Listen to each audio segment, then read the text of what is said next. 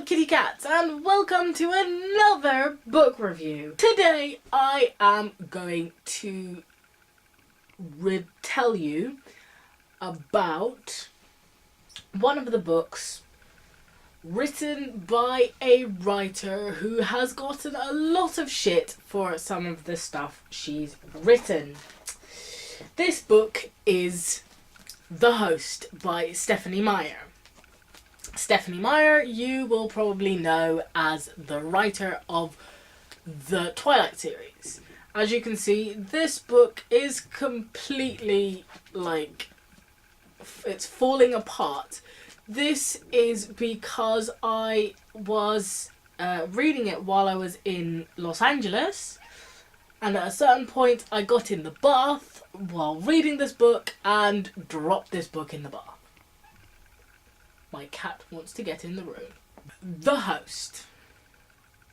If you knock the camera over, Nikki, I will kick you.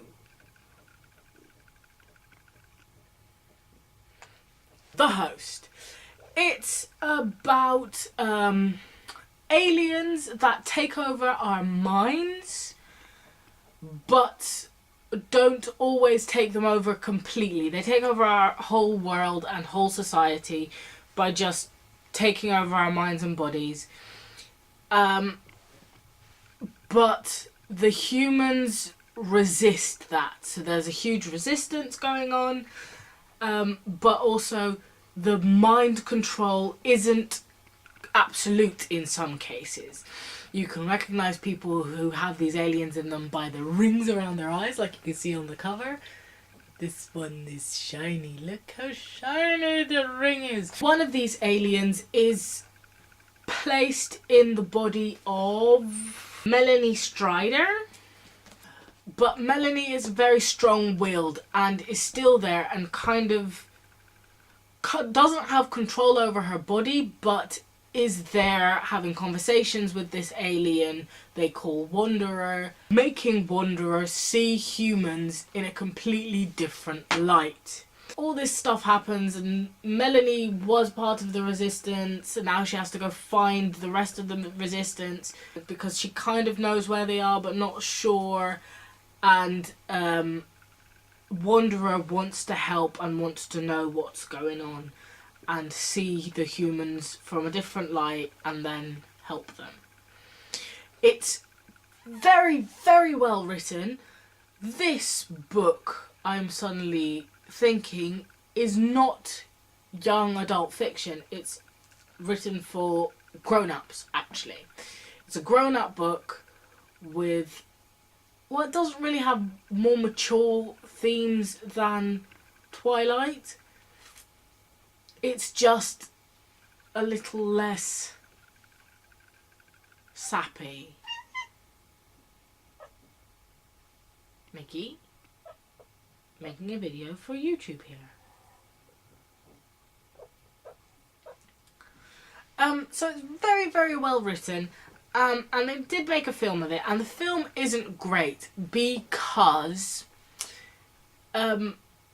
not a lot of action happens in this book. Most of the book is in conversations between Wanderer and Melanie in her head, and not much action-filled stuff happens. So it's not really a film. It's not really a book you can turn into a film successfully. But everything that does happen, not much happens, but as you can see, it's not exactly a thin book, but everything that happens and every conversation that goes on does progress the story. And like all books, there's slight plot conveniences in it, but it's very well set up, very well thought out, and brilliantly executed. So it's definitely a book I would recommend.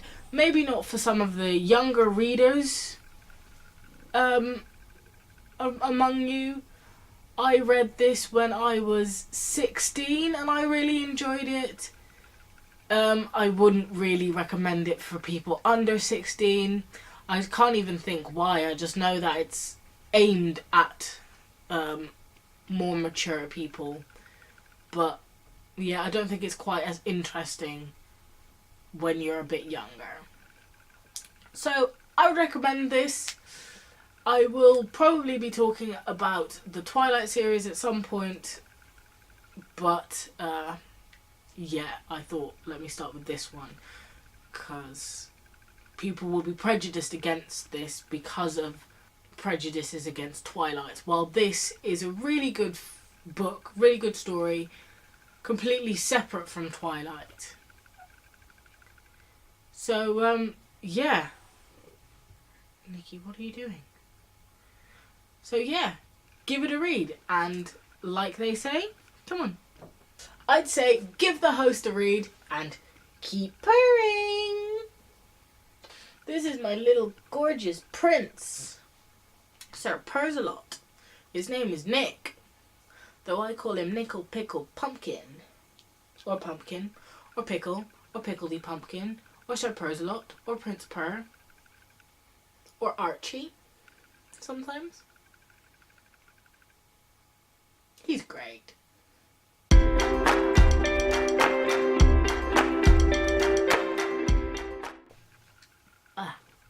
Hair.